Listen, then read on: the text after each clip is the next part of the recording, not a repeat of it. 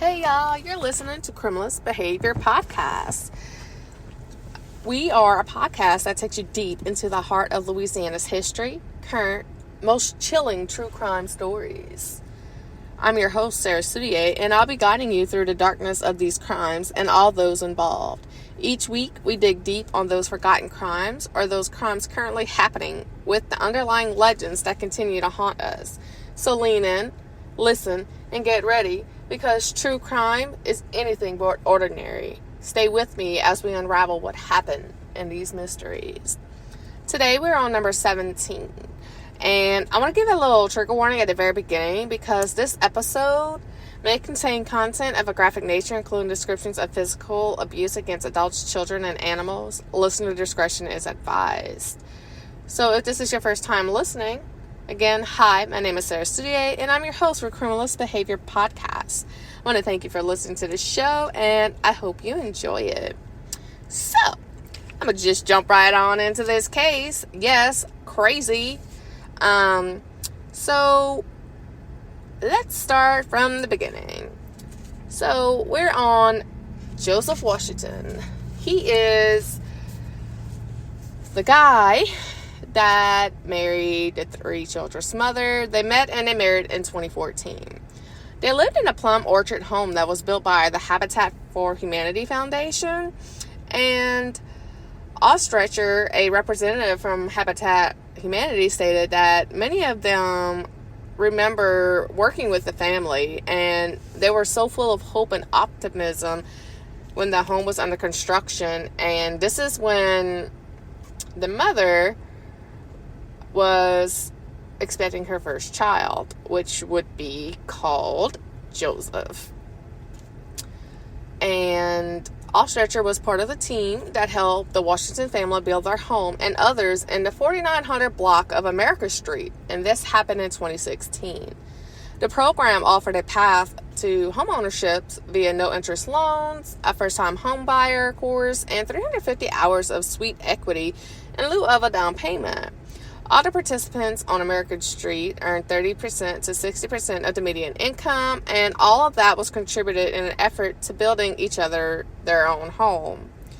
So, the couple had a total of 3 children. Again, Joseph Washington was 8 at the time of this event. Jayla Washington was age 5, and Avery Washington was at age 3 years old. The older children, Jayla and Joseph, they attended Kit Memorial School. So the couple was married all but 5 years, and this came to a halt when in 2019 a divorce was filed. And inside the divorce filings, the children's mother alleged domestic violence, describing times in which Joseph Washington attacked and beat her. She filed a restraining order against him in 2018 and accused him of threatening to kill her and their children before. So, like I said, they lived in a Habitat for Humanity home, and this home was owned by Joseph Washington. He was convicted of domestic abuse and battery at least twice in 2016. He was married to the children's mother in 2014 and, like I said, divorced in 2019. So the mother describes a history of abusive behavior that was dealt by Joseph Washington. He repeatedly hit, choked, and often attacked her while she was holding the children, allegedly. She filed for a restraining order, and she described an incident in which Joseph Washington tricked her into seeing him and then threatened to kill her and the children, according to the court docs. So, Joseph Washington, which is now the ex-wife and mother of his kids, described how at one incident, she was drugged and strangled by Joseph Washington. This was located in the divorce paperwork. The documents tell a story where Washington pushed her against a wall and choked her. He pushed her down to a couch and choked her again, and she was holding their infant child. Like, what? How senseless can you be? Like, she is holding your child, and you're going to just push her down and choke her. Like, no respect, no remorse, no nothing. So in the details, Joseph Washington drug his ex-wife by the neck, y'all, by her neck to the bedroom, and he was searching for his gun. He said he was going to kill her. The ex-wife tried to escape, but she was drugged back into the room, this time by her hair. When she was finally able to make it outside to safety, she recounts hearing Joseph Washington threaten to set the house on fire, saying he turned the stove on, filled the house with smoke, but help came in time, and Joseph Washington was arrested at that given point. After this incident, Joseph's ex-wife, the mother of all the children, was granted a 2-year protective order against Joseph Washington. And the divorce was finalized in August 2019. Now we're going to get to the incident. And when I say the incident, yes, y'all, this is going to be brutal. So that trigger warning, there is some seriousness that's happening. It was around midnight on Wednesday, October 18th, 2023, after police say the mother of the children, who was not home at the time, called 911 to say that her ex-husband, 29-year-old father Joseph Washington, was threatening to burn the house down. And this is what she stated. Open quotations. He's screaming on the phone. I hear the kids screaming. Y'all are just going to have to break through the door. Don't let anything happen, please. Close quotations. The mother was begging the dispatcher for help. She left work and she was on the way to the house after she called them. It took 25 minutes.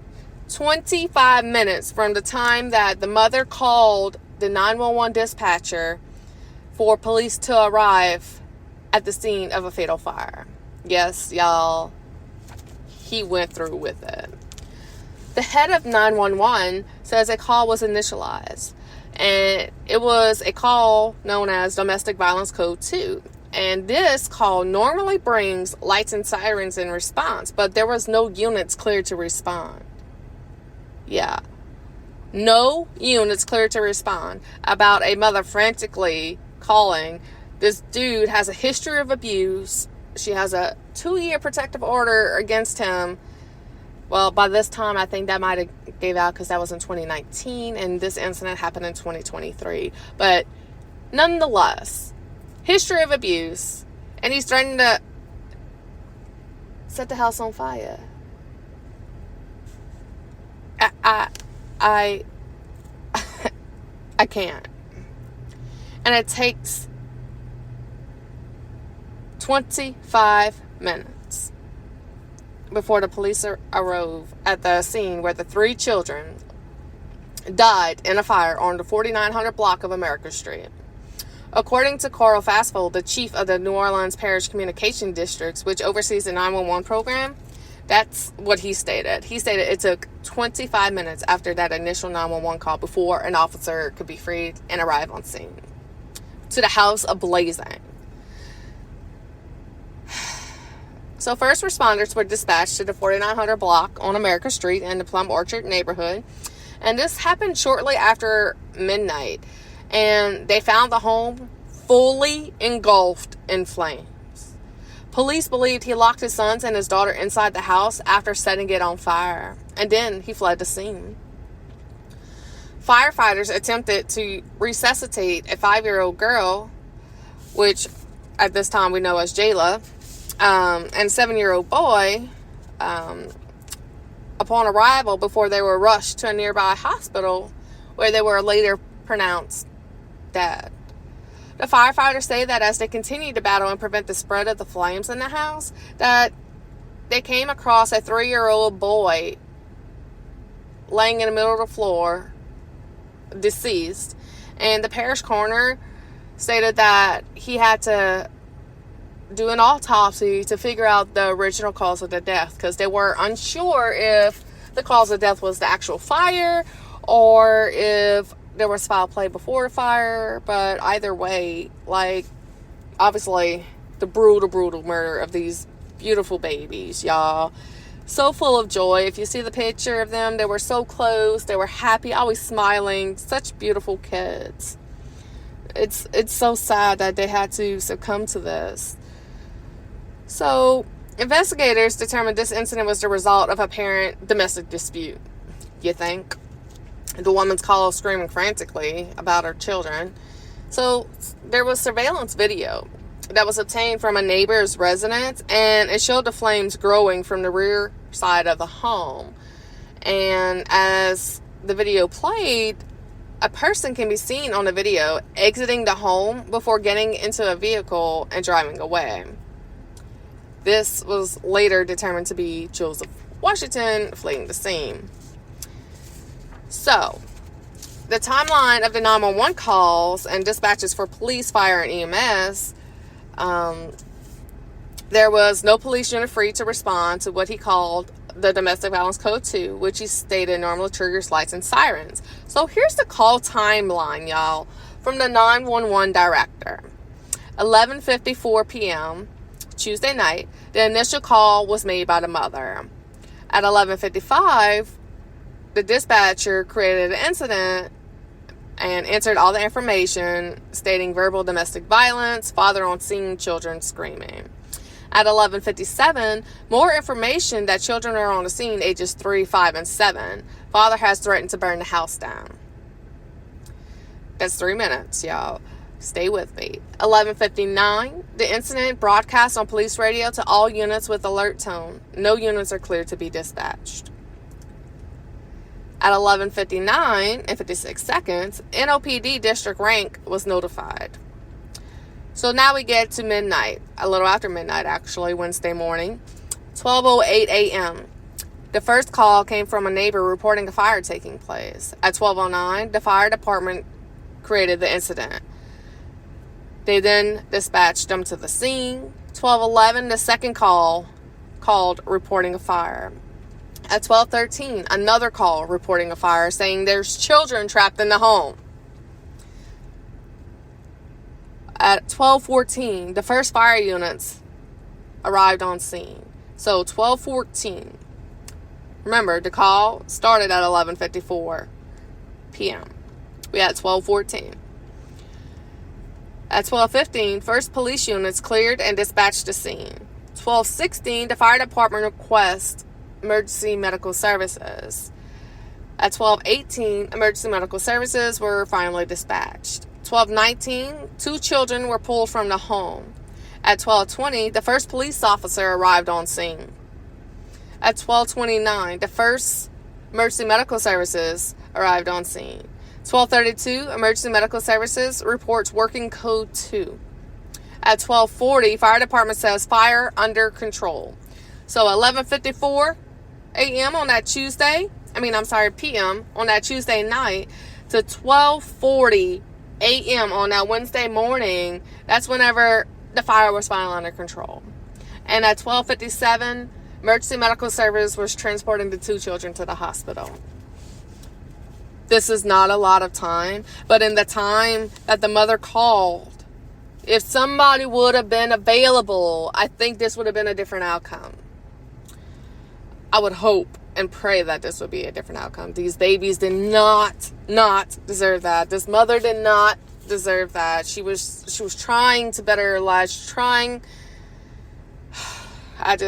can't even imagine losing one child, more or less all of my children, to the father of my children. How do you fathom that? So Fast Forward says when that happens, the protocol dictates that the call is sent out by a tone and it broadcasts to units on duty. He said that happened within the first 5 minutes of the call, but there were no units cleared that could respond to the call at that time. And he said, in an ideal world, we would love to have enough field units to be able to assign someone and send them to that call immediately. You guys are well aware that we don't live in an ideal world now. And in discussing the dispatching of the fire department, Fast Forward stated that they were dealing only with the information that they had come in. The call with the mother who said children were screaming and the father had threatened to set the house on fire. And he stated, open quotations, policy is not to send fire just because someone says someone is going to set a fire. If we send fire units to every time somebody says there's going to be a fire, at that point, you're rolling fire units. Code 2, endangering citizens, etc., etc. Close quotations. Fastball said that about 8 minutes after midnight was the first call reporting that an actual fire was taking place. He said that an incident was sent to the fire department within 2 minutes, and the first fire unit arrived less than 5 minutes later. It took somebody to call about the fire. I mean, I kind of get it because there's always these false calls happening, but I mean, the dispatcher heard the kid screaming, the father, yeah, the mother. I mean, I don't. Okay. So a police unit wasn't available to respond until 12:15 a.m., which was approximately 20 minutes after the call was received, and officers were arriving on the scene at about 12:20.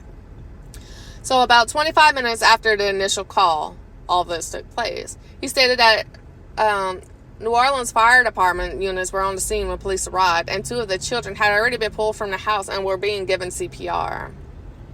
So Fastball said, open quotations, "I don't believe we dropped any balls here. Call intake and dispatcher center. In retrospect, it's easy to know. Yeah. It would have been great to send..." I'm sorry, excuse me. "It would have been great to send fire as soon as he threatened to set a fire. Nothing we knew at that time pushed it past that point." Close quotations. So Fastball stated that he would keep in contact with the police, fire, and emergency medical services and domestic violence agencies to see if any different policies and responses to different protocols being set could happen. The children, ages 3, 5, and 8, died that Wednesday morning in the fire at their New Orleans home on the 4900 block of America Street, set by their father. A ring footage camera captured on a neighbor's door showed a man leaving through the front door of the house just as flames started to raise in the back of the house. And he gets into a car and he pulls away. So Joseph Washington fled the scene, and it took them a little while to catch up to him. He was arrested on Interstate 610 just outside the city. The suspected Dodge Charger he used to get away after the fire was found floating in the river that morning, which was Wednesday morning. It was the same morning, so just later in the morning. So McDonald, which is Washington's father and the grandfather of the 3 children, was so upset, and he demanded his son to face justice. McDonald, Joseph Washington's father, stated, open quotations, "If I catch him, I'm gonna kill him." Close quotations. So the father was obviously extremely upset that his son committed these heinous crimes and killed his grandchildren, his pride and joy, his buddies. Like, this is just not something that should happen. The children's mother, who was at work at the time of the fire, is now in a hospital. She's been hospitalized off and on, and she was on suicide watch. I could just about imagine. I mean, you wouldn't want to live without your children. Mother's not supposed to bury their children. A mother is not supposed to bury their children. Court documents that were obtained on October 18th, 2023, revealed that Joseph Washington, the man police say set the fire to the house with his 3 children trapped inside, had a history of abuse. He was taken into custody, and he was charged with 3 counts of second-degree murder, 3 counts of second-degree cruelty to a juvenile, and 1 count of aggravated arson. The victims, Avery, Jayla, and JoJo, were at home with Washington when he allegedly set the house fire just before midnight on that Wednesday. So Washington was at the house while the mother was at work. So, no, they weren't together, but this is something that they would do to, make life sustainable and somebody could watch the kids. So firefighters found 2 children unconscious in the living room near the front door, and they were declared dead later at the hospital. Jayla died inside the home while the boys died at the hospital. So Jayla, like we said, was found in the middle of the house whenever the fire department was still trying to put out the flames. Gretna police confirmed that the vehicle drove away from the scene, turned up floating in the Mississippi River near the Gretna Ferry Terminal. And again, that was the same morning after all the fire was put out and the children were pronounced dead. Troy McDonald, which is Joseph Washington's father, stated that his son was in the hospital now and he tried to run and escape. So police are investigating the fire as a triple homicide after Washington threatened to burn the house down just before it erupted in flames early that Wednesday morning. The children's grandfather was at the house the morning after the fire. He was seen as being distraught and attempting to get a hold of his son because at that point no one could get a hold of Joseph. So on October 19th, a magistrate commissioner found probable cause for 3 counts of first-degree murder against Washington, who was held in Orleans Justice Center without bond. There was a rule to show cause hearing that was set on March 15th of this year, 2024. He was booked on 3 counts of first-degree murder and second-degree cruelty to juvenile and arson. He was held on a $2 million bond. He was in the courtroom handcuffed to a wheelchair due to him being injured from jumping off the interstate in an attempt to escape law enforcement.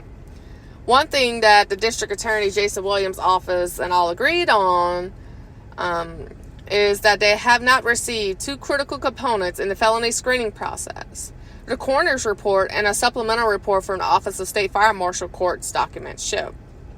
So as of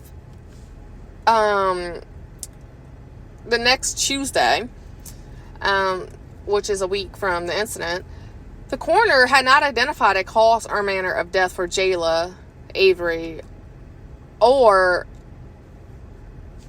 the 8-year-old who died in the triple homicide. Washington allegedly torched the home and left them to burn inside. Magistrate Judge J. Daniels described the crime as heinous and a textbook case of first-degree murder. The reason for the delay is because they are waiting to receive New Orleans Police Department's investigative report before they can complete ours. So it took them several months to get this god-awful human a trial and charge him and sentence him. They wanted to know whether or not the fire is what caused the death of the kids. The girlfriend of Joseph Washington showed up to the crime scene before the media was there looking for Joseph. She was with him the day of his arrest and showed up to court on his behalf. Y'all, we're going to get into some more stuff with her because, no. So, NOP requested the continual assistance and asked them to, the fire department, to assist with analyzing the evidence. But they stated that they haven't received any evidence to begin with. So, the report is incomplete and they couldn't turn it over to the prosecutors at this given time. So, when they were asked about the handling of evidence in the case, the NOPD deferred those questions to the district attorney's office, which did not respond to a request for a comment. What are you trying to hide? What are you trying to hide? So this held up the case, right? So defense attorneys argued in November that NOPD hadn't collected or preserved evidence of what they described as a suicide attempt by Washington soon after the fire was started. The evidence included a bottle of brake cleaner and a glass, which is also known as Calypso, beverage bottle. The court documents and public defender Barksdale Hortenstein wrote that Washington drank brake cleaner. He exited the car and he left from I-610 overpass following a police chase in an attempt to end his life. The NOPD released the car to its owner on November 9th without collecting that evidence. Defense representatives found a brake cleaner and Calypso bottle in a plastic bag in the trunk, which is what Washington's lawyers later led the police to know. So on October 19th, this is when the magistrate commissioner found probable cause for the 3 counts of first-degree murder, and he was continued to be held without bond at the Orleans Justice Center. And a rule to show cause hearing was set for the March 15th. So under Article 701, which I did not know this existed. So under Article 701 of Louisiana's Code of Criminal Procedure, the district attorney must bring formal charges within 120 days for defendants charged with murder and first-degree rape. Otherwise, those defendants may be released without bail. And a deadline under state law for prosecutors to file charges against them, known as the 701 date, had been extended twice. So some officials in the investigation are trying to pass the buck around over the responsibility for this case being held up. Prosecutors and Washington's attorneys agreed on a date of January 22nd, 2024 to extend his 701 date from February 15th to March 1st, 2024. So on February 22nd, they extended it again to April 11th, 2024. So yeah, they kept extending it. So the KIPP Memorial School, where the older children went, issued a statement on behalf of the children's dads, saying the school community is mourning this heartbreaking loss, and it's with their thoughts and deepest condolences to the family during this difficult time. The family and community members and nonprofit Habitat for Humanity are rallying to support the family of 3 killed in a house fire that was set by their father. And because of that, this incident hit the community hard. A vigil was planned on October 20th, which was literally 2 days after this incident. And it was held at the park on America Street. And the community members brought pink and blue balloons. And Ostretcher with the Habitat for Humanity says, "We do hard things every day. This is beyond hard. It is more than we can comprehend. We ask everyone to give what you can, offer prayers for peace and comfort, and together we will move forward." The children's toys and bikes were still on the side of their burned home. Stuffed animals and flowers laid on the neighbor's lawn across the street in the memory of these children as people came from across the city to pay their respects. The vigil was attended by hundreds of people, including council members Eugene Green, Helena Moreno, and Oliver Thomas, as well as the American Red Cross representatives. The vigil was organized by the neighborhood's America Street Committee. So the teddy bears and balloons lied in front of the home where the 3 children were killed. 3 balloons, 2 blue and 1 pink, notice 2 boys and 1 girl, was shown in the breeze that Friday as the grieving mother held their strings tightly before letting go. That mother, she lost her home. She lost all 3 of her children. She lost her sanity, for one. I mean, God knows I would. And she lost everything she owned and was working hard to achieve. Nellie Downsrow created a fundraiser to help her sister with housing expenses and funeral costs for the 8-year-old, the 5-year-old, and the 3-year-old, which were her nieces and nephews. The children's father, Joseph Washington, again was being held without bond as he was awaiting his trial. Ostretcher, the representative for Habitat for Humanity, said her organization will assist the victim's mother by boarding up the home's charred remains Friday afternoon. Habitat for Humanity will also shoulder the cost of demolition of the house once cleared by the New Orleans Police Department and the family, and they will help her navigate the insurance claim process. Community activist Bruce Alex stated, when children are massacred, when children are slaughtered, it is time for action. Yes, sir, you're correct.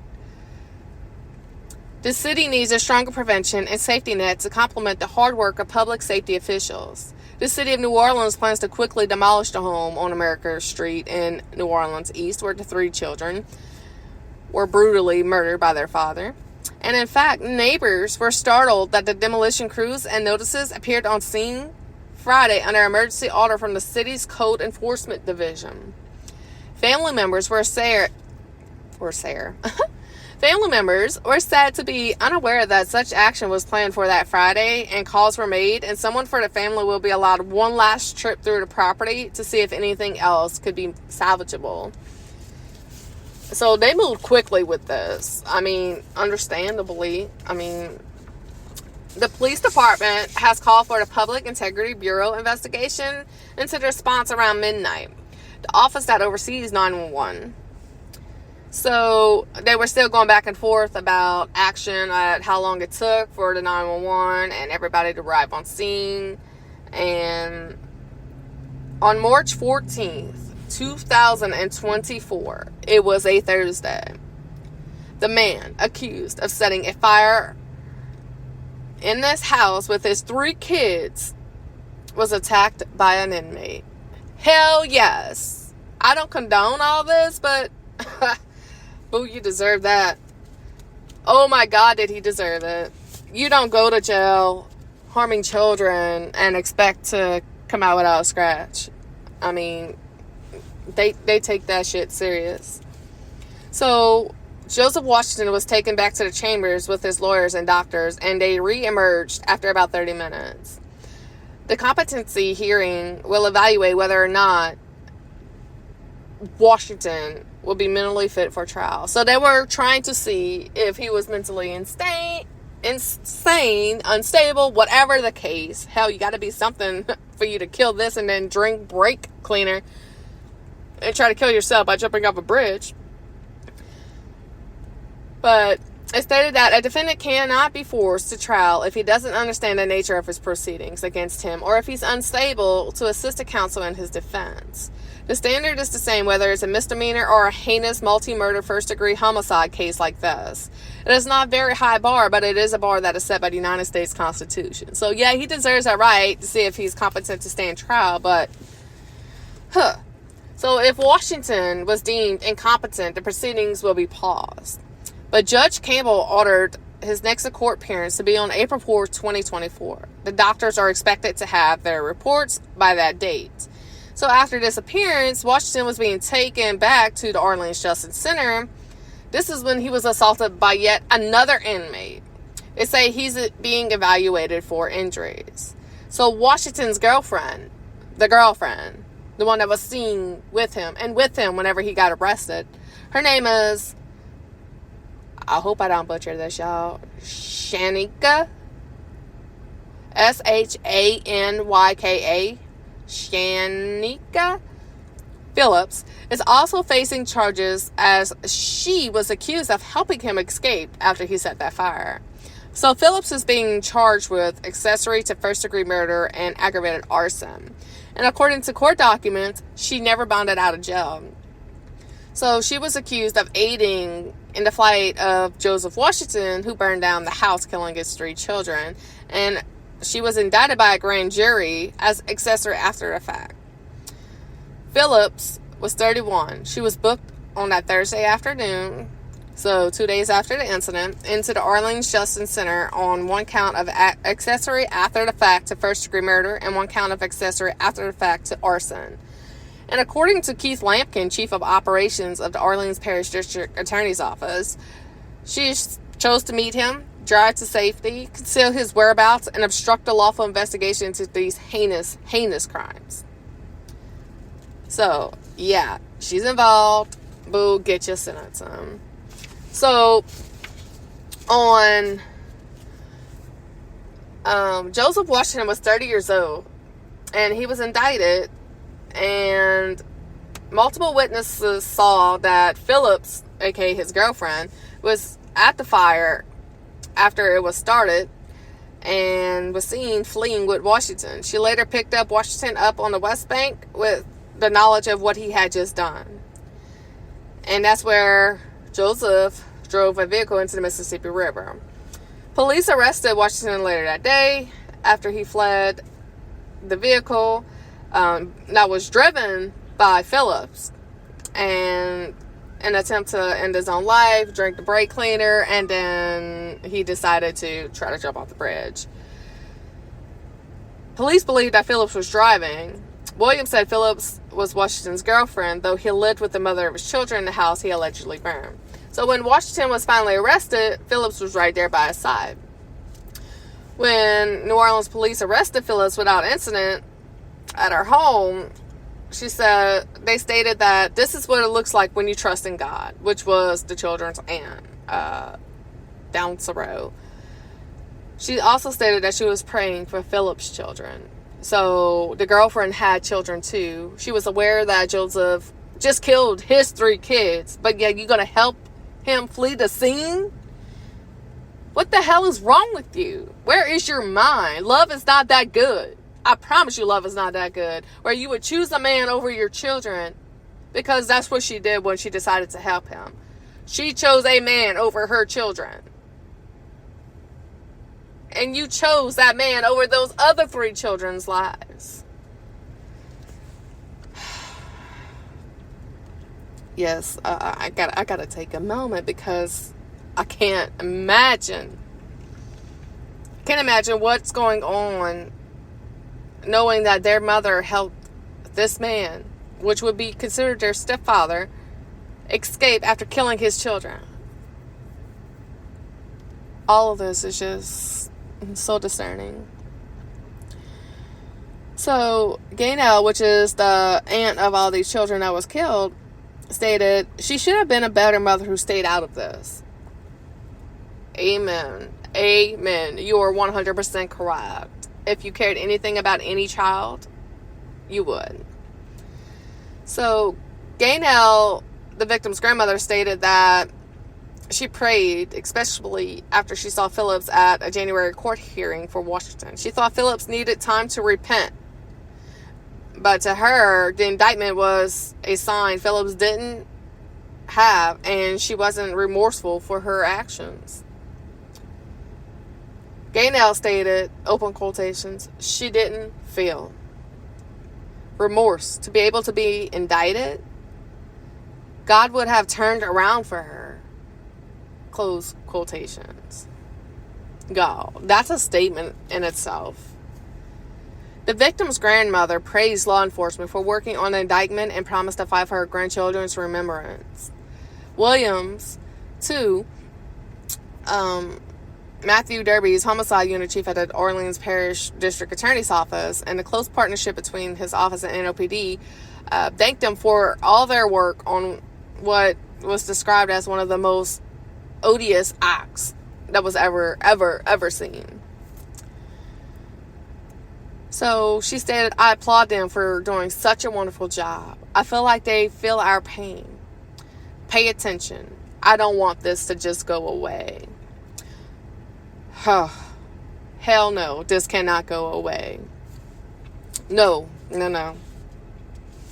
So on Thursday, April 4th, 2024, Joseph Washington was ruled competent to stand trial.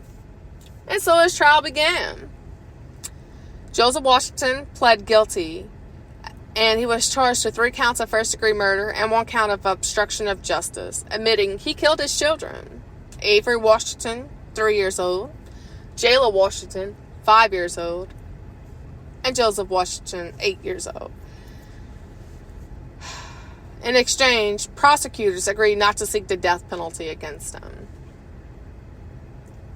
I understand that in exchange of his plea, they offered him this plea deal that if he admitted, they would take the death sentence off the board. But this dude needs the freaking death sentence.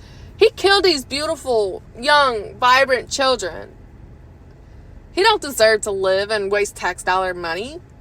What the hell? No. In statements delivered in court, family members of children's mother lamented the loss of the 3 joyful souls while wishing severe punishment on Washington. Gaynell stated, open quotations, "You're a demon boy." And another aunt told Washington, "Are you ready for hell?" Gaynell stated, "He knew what he was doing to my grandbabies. He didn't have no love. He didn't fool me. He never had no love for the very firstborn." Close quotations. So the sentencing began, and then a woman was seen dashing across the courtroom and ended up beating Joseph Washington to the ground. But before Orleans Parish Criminal District Court Judge Nandy Campbell could sentence Washington, she attacked this man. Hey, praise to her, because I mean, how are you feeling? Like, praise to you. Praise to you for standing up, because this man is horrible. Horrible. So, it ended up that Judge Nandy Campbell sentenced mandatory life in prison. So, the attack was a family member of the slain children, and she ran across the room, punching him until he fell to the ground. Angel Donsero, the children's aunt, that's who attacked him. She reached, shackled Joseph Washington, and struck him in the face with her fist over and over and over and over again until he fell to the ground. And then she pounded on his body.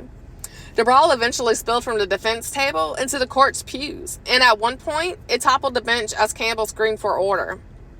Afterward, witnesses stated that they feared the worst. Some claimed they were convinced that Donsero had stabbed Washington with a set of keys. Others thought they heard a gunshot amid the clatter of furniture falling on the courtroom's wooden floors. No weapons were used or recovered during that attack.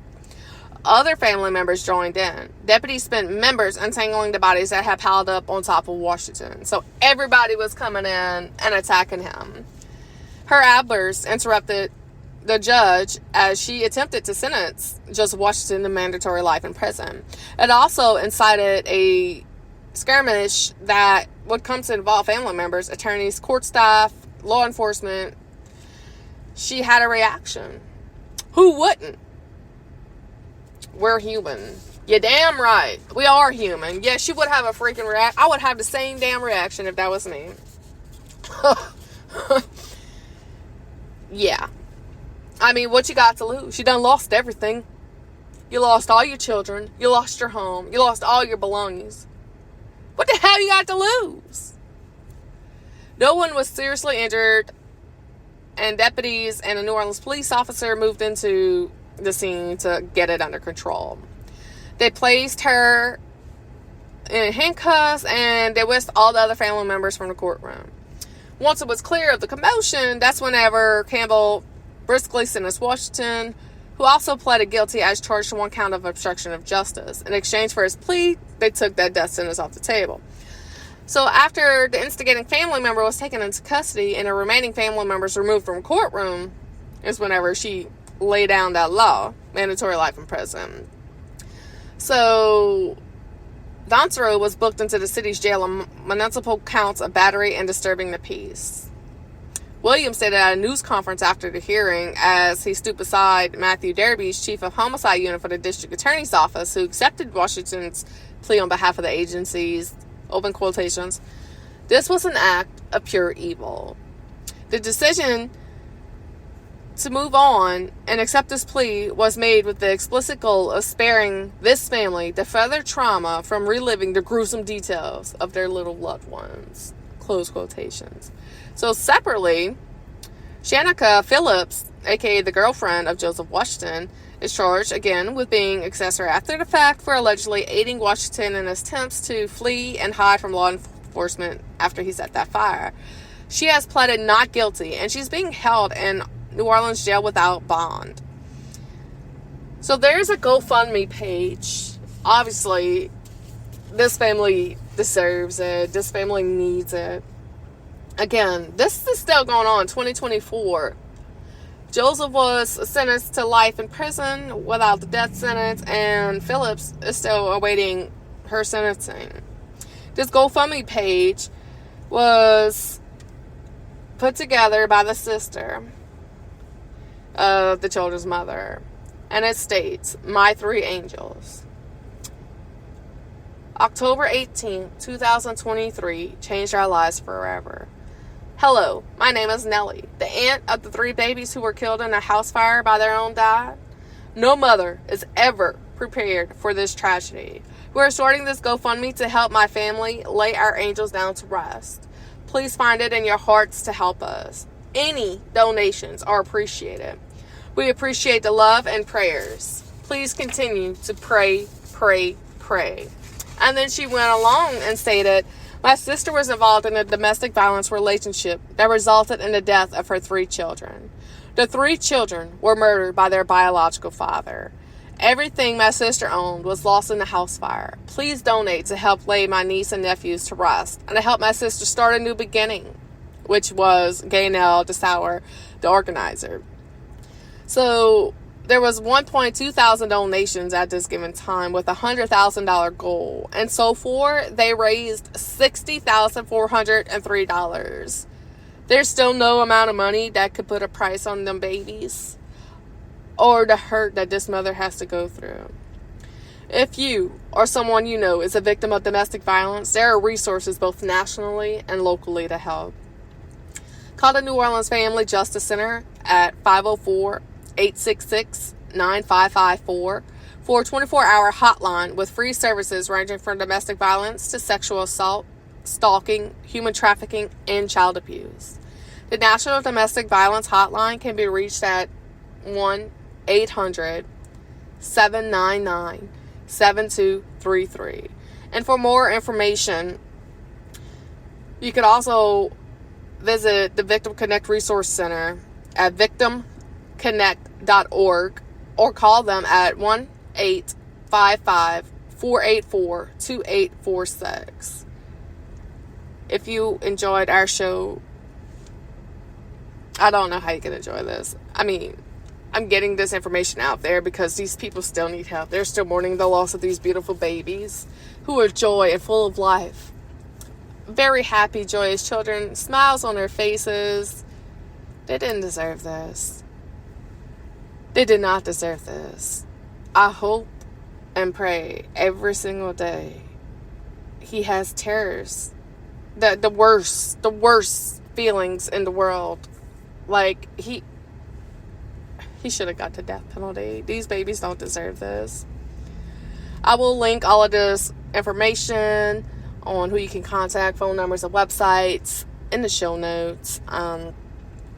If y'all need any further information, please feel free to contact me. Again, if you enjoyed our show, please rate and review us. Apple Podcasts, Spotify, YouTube, Amazon Music, Wondery, wherever you listen to your podcast. And be sure to come back at the end of this week for another episode. And until then, this is your host, Sarah Soudier. Don't forget to like, share, follow, or subscribe to Criminalist Behavior, a Louisiana true crime podcast. Y'all, please, please donate whatever you can to that GoFundMe account. I know I will as soon as I get the chance. These babies deserve the best, and their mother deserves it. I will also post the video of these beautiful children, and they always seem happy with a beautiful smile on their face. And the brutal crime scene photos. Like, this is just very, very horrible. So, I really, really hope that y'all enjoy this. And please, reach out to someone. Anybody could help you. I swear, like, you can reach out to me. I will do my damnedest to help you in any given situation. Get you the resources you may need. Whatever it is. If y'all have any questions, concerns, y'all can reach me on Instagram, Facebook, Twitter, whatever, social media. You can also email me at criminalbehaviorpodcast@gmail.com. We also have the website. Again, will be linked in the show notes. I also have all my little links that are attached to this podcast linked in the show notes as well, so you can just click and go ahead. Again, anywhere that you listen to us, it's going to be in the show notes. Thank y'all, and I hope y'all enjoy y'all day.